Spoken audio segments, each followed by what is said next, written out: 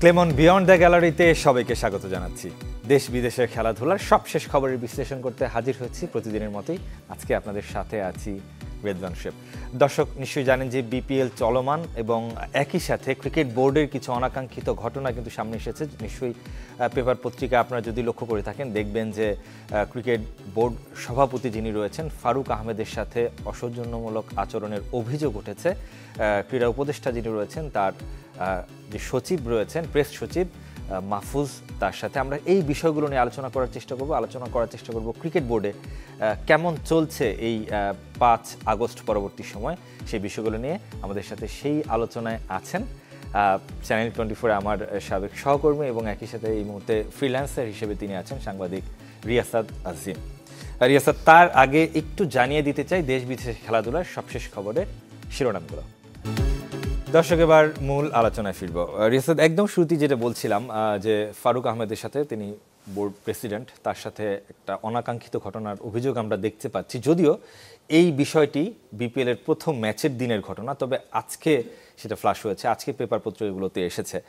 আপনার কাছে কি মনে হয় আমরা এরকম আরও কিছু মিস করছি কিনা যারা সংবাদ মাধ্যম রয়েছে? যেটা বললাম যে একটা ঘটনা আমরা জানতে পারলাম বা পেপার পত্রিকা আসলো 2-3 দিন পর, এই ধরনের আরও কিছু ঘটনা ঘটছে কিনা, আসলে কি হচ্ছে? বাংলাদেশ ক্রিকেট বোর্ডে এখন আসলে একটা চলছে গাড়ি যাত্রাবাড়ি, আমরা যে একটা খুব অনেক দিন ধরেই এরকম চলে আসা একটা প্রবাদের মতো বা হচ্ছে একটা আলোচিত বিষয়। ক্রিকেট বোর্ডের পরিবর্তন বা ক্রিকেট বোর্ড কেন্দ্রিক যে ঘটনাগুলো, এগুলো শুধু ক্যারেক্টারগুলো চেঞ্জ হয়েছে। এর আগে নাজমুল হাসান পাপন ছিল, এখন ফারুক আহমেদ ওই জায়গাটায় বসেছে। এর আগে ক্রীড়া পরিষদের সেইভাবে আসলে ইনফ্লুয়েন্সটা ছিল না, এখন সেটা প্রকাশ্যে এসেছে। এবং যে ঘটনাটা আপনি বললেন যে শুরুর দিনের ম্যাচের ঘটনা, আপনার অনেক মিসম্যানেজমেন্ট হতে পারে, আপনার অনেক ধরনের দুর্বলতা থাকতে পারে, কিন্তু এরকম একটা সেটে, একটা আনুষ্ঠানিক জায়গায় নিশ্চয়ই আমি ঝগড়া করব না, আপনি আমাকে কোনোভাবে শাসাবেন না, বা আমিও একইভাবে আপনার দিকে অ্যাগ্রেসিভ হব না। আমি যতটুকু শুনেছি, সেদিনই আমি ব্যাপারটা জেনেছিলাম, দুপক্ষই ভয়াবহভাবে অ্যাগ্রেসিভ ছিল এবং দুপক্ষই অ্যাগ্রেসিভ হয়ে শুধু হাতাহাতি বাকি ছিল। আপনি যার নাম মেনশন করলেন মাহফুজ, তিনিও আমাদের সহকর্মী ছিলেন। এন্ড ফারুক আহমেদ ন্যাশনাল টিমের সাবেক ক্যাপ্টেন, প্রধান নির্বাচক, এখন বিসিবি প্রেসিডেন্টের দায়িত্বে রয়েছেন। ডিসকাশন বা অ্যাগ্রেসিভনেসের পর্যায়টা এমন একটা বাজে জায়গায় চলে গিয়েছিল যে উপস্থিত যারা, তারা যদি নিবৃত না করতেন তাহলে হয়তো বাংলাদেশ ক্রিকেট বোর্ডের ইতিহাসে প্রথমবার কোনো একজন প্রেসিডেন্টকে আমরা মারামারিরত অবস্থায় দেখতাম অথবা মার খাওয়া অবস্থায় দেখতাম। এরকম একটা পর্যায়ে ছিল যতটুকু আমরা শুনেছি। আমরা তো সেখানটায় এক্সেস পাই না। দুঃখজনক হলো সত্য যে যারা এক্সেস পান, সেই এক্সেস পাওয়া ব্যক্তিরা, আপনি যদি প্রেসিডেন্টস বক্সে ঢোকার চেষ্টা করেন, শোয়েব আপনাকে খুব বিনীতভাবে বলা হবে, আর যদি কোনো ক্যাডার বাহিনী বাইরে থাকে তাহলে আপনাকে চিনবেই না। কিন্তু ওখানটায় যে লোকটা ভিডিও করেছে তার প্রেসিডেন্টস বক্স এক্সেস ছিল না, as per the news we have got. আপনি ভাবতে পারেন যে বাংলাদেশ ক্রিকেট বোর্ডে প্রেসিডেন্টস বক্সে অলমোস্ট মারামারি হচ্ছে, একজন গিয়ে সেটার ফিল্মিং করছে। এই চ্যানেল 24-এ আমরা দীর্ঘ সময় কাজ করেছি, যে ভাইয়ারা এখানটায় আমাদেরকে এই মুহূর্তে রেকর্ডিংয়ে হেল্প করছে, ক্যামেরায় কাজ করছে, তাদেরও একটা কার্ড আছে না? চাইলে কি কেউ এন্ট্রি করতে পারবে? ক্রিকেট বোর্ডের মতো একটা জায়গায়, অলমোস্ট কেপিআই টাইপের একটা জায়গায়, যে কেউ চাইলে ঢুকে যেতে পারে, সে যদি পাওয়ারফুল কারো লেজ ধরে প্রেস বক্সে, এবং সে ফিল্মিং করতে পারে, ধরতে পারে, মোবাইলে সে এটাকে ধারণ করতে পারে। কতটা অরক্ষিত! প্রথম ব্যাপার যেটা, সেটা হচ্ছে যে আপনি যত বড় হবেন আপনার বিহেভটা তত ভালো হবে। যে গাছ যত বড় হয় সে তত বেশি ছায়া দেয়, আর ছোট গাছে আপনি ছায়া পাবেন না। তো আমার কাছে মনে হয় যে যে ঘটনাটা ঘটেছে, এটা আসলে আমরা যে বড় না হয়ে ছোট হচ্ছি সেটার একটা সবচেয়ে বড় প্রমাণ। এবং যে নিউজ দুটো এসেছে, আপনার কাছে মনে হয় কিনা যে সবকিছুই তো, অনেক কিছু ইন্টারনাল অনেক ঘটনা ঘটতে পারে ক্রিকেট বোর্ডে হোক, যে কোনো জায়গাতেই হোক, সবকিছুই জানাটা বা সাংবাদিকদের, আমাদের হয়তো বা কাজ হচ্ছে যে আমরা সংবাদ প্রকাশ করা, কিন্তু সবকিছুই যে প্রকাশ করতে হবে তার একটা নেগেটিভ ইম্প্যাক্টও থাকতে পারে, সেই জায়গাটাতে আমাদেরও ফিল্টারিং এর জায়গা থাকতে পারে। সবকিছু প্রকাশ করা বা প্রকাশ হওয়ার আপনার কাছে কি মনে হয় সেটাও উচিত কিনা? অবশ্যই, সবকিছু প্রকাশ হওয়া উচিত না। আবার এরকম প্রেসিডেন্টস বক্সের মতো জায়গায় মারামারি হচ্ছে, এটা ভাই একদমই এটা সেন্সরলেস ভাবে প্রচার করা উচিত। আপনি যদি এরকম ব্যাপারকে প্রচার না করেন, প্রকাশ না করেন, কোন কোন ক্যারেক্টার এখানটায় ছিল, আমি কিন্তু কাউকে ডিরেক্টলি দোষী বলছি না, কারণ আমি পুরো ঘটনায় আসলে কিভাবে শুরু হয়েছে ডিটেইলড আমরা শুনেছি, আমরা পত্রিকায় দেখেছি। কিছু একটা তো হয়েছে, এটা নিয়ে কোনো ডাউট নেই। এটাকে যদি আপনি প্রচার না করেন শোয়েব, এরপরে মনে করেন যে এই মারামারি করাটা এটা হচ্ছে খুব ন্যাচারাল হয়ে যাবে, থাকে না যে বন্ধু বান্ধব মাথায় একটা বাড়ি দিয়ে চলে গেল, কেউ কিছু মাইন্ড করলো না, তো এটা তো আসলে বন্ধু বান্ধবদের জায়গা না। আবার এটা হচ্ছে ওই সব লোকেরও জায়গা না যে কেউ চাইলে কারো একটা লেজ ধরে ভেতরে ঢুকে যেতে পারে। তো আমার কাছে মনে হয় যে এটা খুবই গর্হিত যে ঘটনাটা ঘটেছে, এবং এটার সুষ্ঠু তদন্ত হওয়া উচিত। ফারুক আহমেদ এবং মাহফুজ তাদেরকে প্রেসে এসে, আমরা সংবাদ সম্মেলন কভার করি না, আমাদের মুখোমুখি হয়ে ব্যাপারটা ক্লারিফাই করা উচিত। আমি ব্যাপারটায় এতটা ইনভলভ ছিলাম না, এটা জাস্ট হচ্ছে আবেগী হয়ে বলেছিলাম। এই স্টেটমেন্ট ফ্রম মাহফুজ আমার কাছে মনে হয় যে এনাফ না। আবার ফারুক আহমেদ এই ব্যাপারে মন্তব্য করতে চান না, এটাও এনাফ না। আমরা দুপক্ষের মতামত সংবাদ মাধ্যম গণমাধ্যম প্রপারলি চাই, কারণ ক্রিকেট বোর্ড কারো একার স্টেক হোল্ডার, এটা দেশের মানুষ এবং একই সাথে সাংবাদিকও। একটু বিপিএল এর ব্যাপারে জানতে চাই, বিপিএলটা সোফার কেমন গেল? মাঠের খেলা আমরা দেখেছি অনেকগুলো ঘটনা ঘটেছে এবং একটা জমজমাট। সোফার একটা ম্যাচ বাদ দিলে, সোফার 4টা ম্যাচ হচ্ছে, একটা ম্যাচ বাদ দিলে সবগুলোতেই 200 বা তার আশেপাশে রান হচ্ছে। এবং বিপিএল নিয়ে সাধারণত যেই সমালোচনা হয়ে থাকে মাঠের ক্রিকেট নিয়ে, যে খুব বেশি রান হয় না, লো স্কোরিং ম্যাচ হয়, সেখানটা থেকে হয়তোবা এখনই বলাটা যাচ্ছে না, কারণ একটা দীর্ঘ সময় ধরে খেলাটা চলবে আর অনেকগুলো ম্যাচ বাকি আছে। সেই জায়গাটা থেকে মাঠের খেলাটা কেমন হচ্ছে, মাঠের বাইরের বিপিএলটাই বা কতটুকু আপনার কাছে মনে হচ্ছে যে সমালোচনা অন্যান্যবার যেমনটা হয়ে থাকে এবার কিছুটা হলেও সমালোচনা কম আপনি দেখছেন কিনা? তবে আপনার এই প্রশ্নের উত্তরটা নিব, একজন দর্শক আছেন আমাদের সাথে। দর্শক, নাম পরিচয় জানিয়ে আপনার মতামত কিংবা প্রশ্ন করবেন।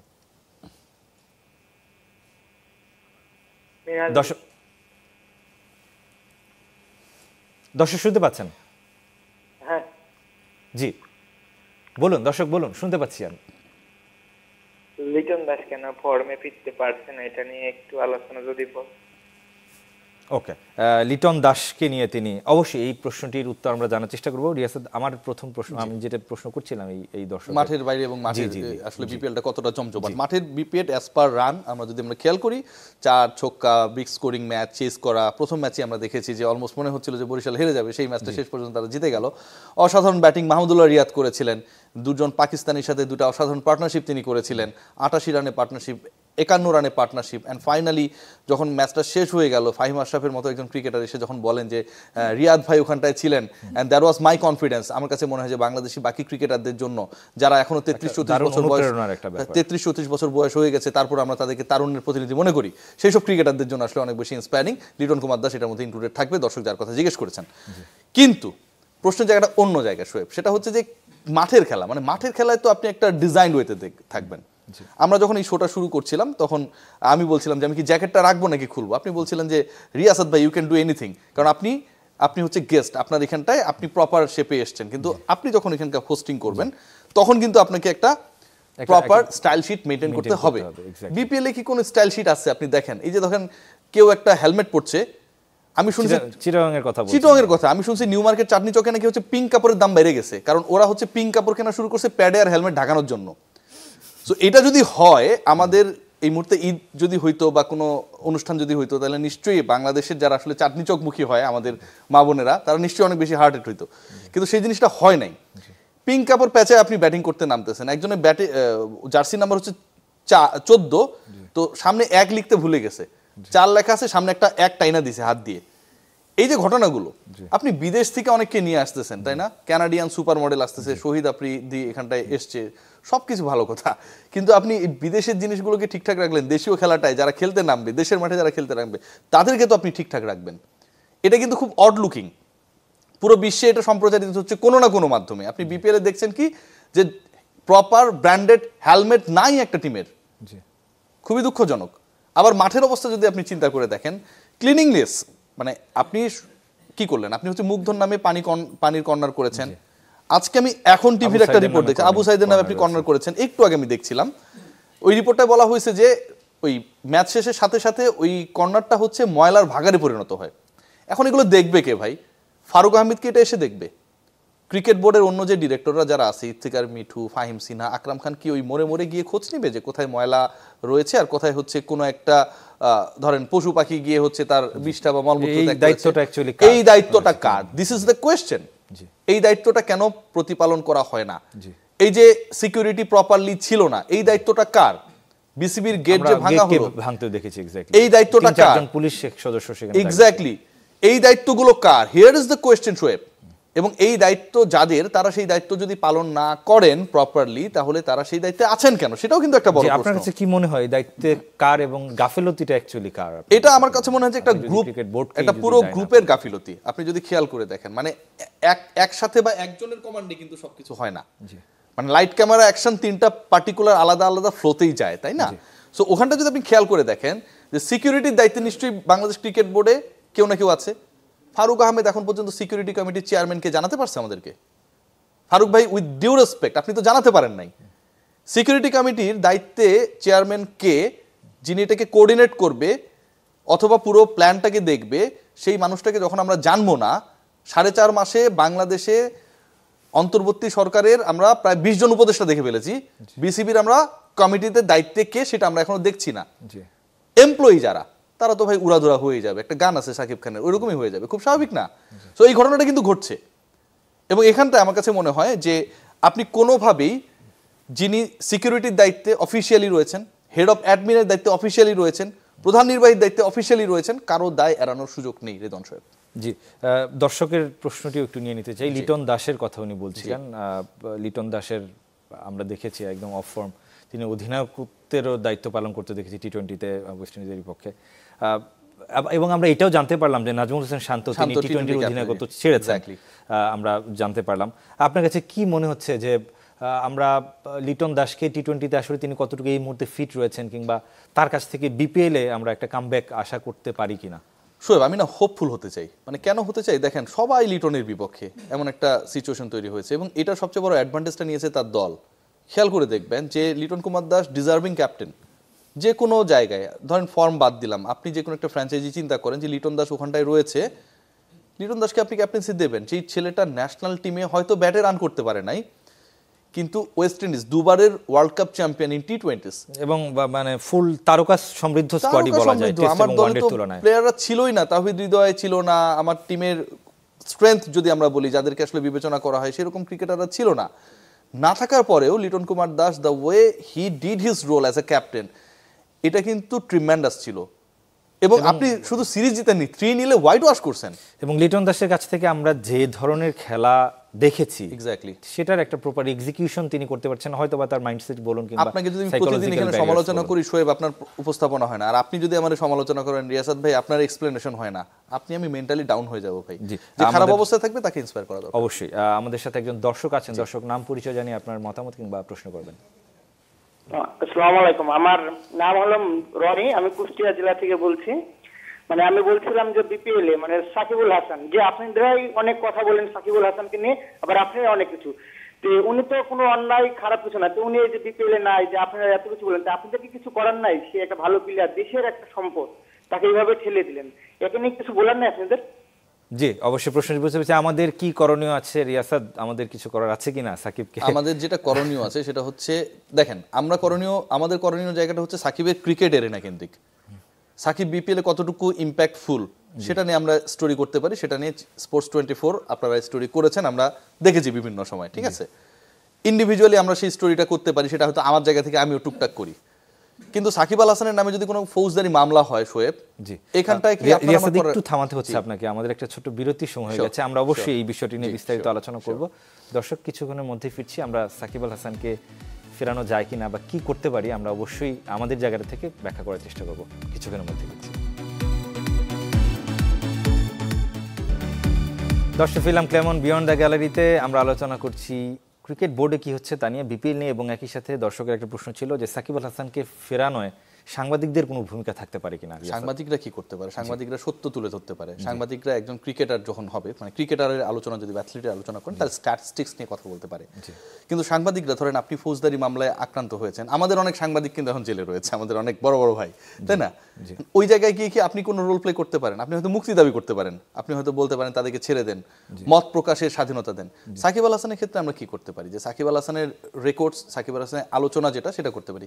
কিন্তু সাকিব আল হাসান যদি কোনো কারণে কোনো ফৌজদারি মামলায় অভিযুক্ত হন, কাকড়ার ফার্ম থেকে শুরু করে স্বর্ণের ব্যবসা, শেয়ার কেলেঙ্কারি, বাপের নাম চেঞ্জ করে দেয়া, এবং সেটার আসলে নিষ্পত্তি না হওয়া পর্যন্ত আমাদের কিছু করার নেই। কারণ আমরা সাংবাদিকতা করি, আমরা জাজমেন্ট করার জায়গায় নেই, এটা বুঝতে হবে।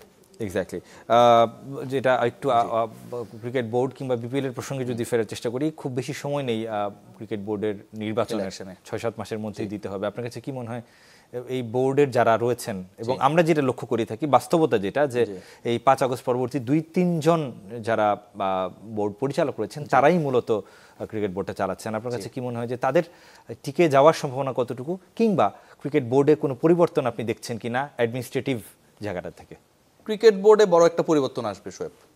ক্রিকেট বোর্ডে ফারুক আহমেদরা এখন যারা রয়েছেন, আমি এটুকু আপনাকে গ্যারান্টি দিয়ে বলতে পারি ফ্রম মাই সোর্স, যে এই কমিটি মানে head of the committee exist করা ডিফিকাল্ট।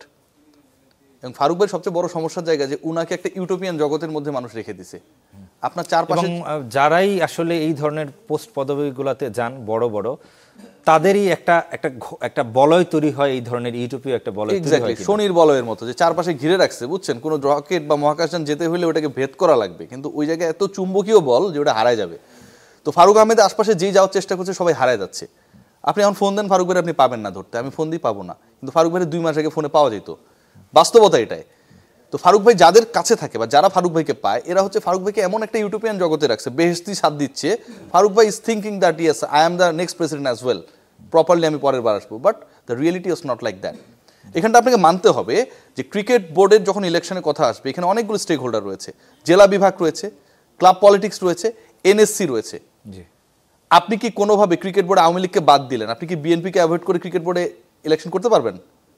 পারবেন না। মোহামেডান চালায় যখন হচ্ছে আওয়ামী লীগ থাকে না, আর যখন বিএনপি থাকে না তখন আবাহনী চালায় ক্রিকেট বোর্ড, ফুটবল সবই চালায়। This is the reality. আপনি বাংলাদেশে হয়তো পরিবর্তন এসছে, বাট এই স্ট্রাকচার কি আপনি ভাঙতে পেরেছেন বা পারবেন ইনস্ট্যান্ট ওভারনাইট? পারবেন না।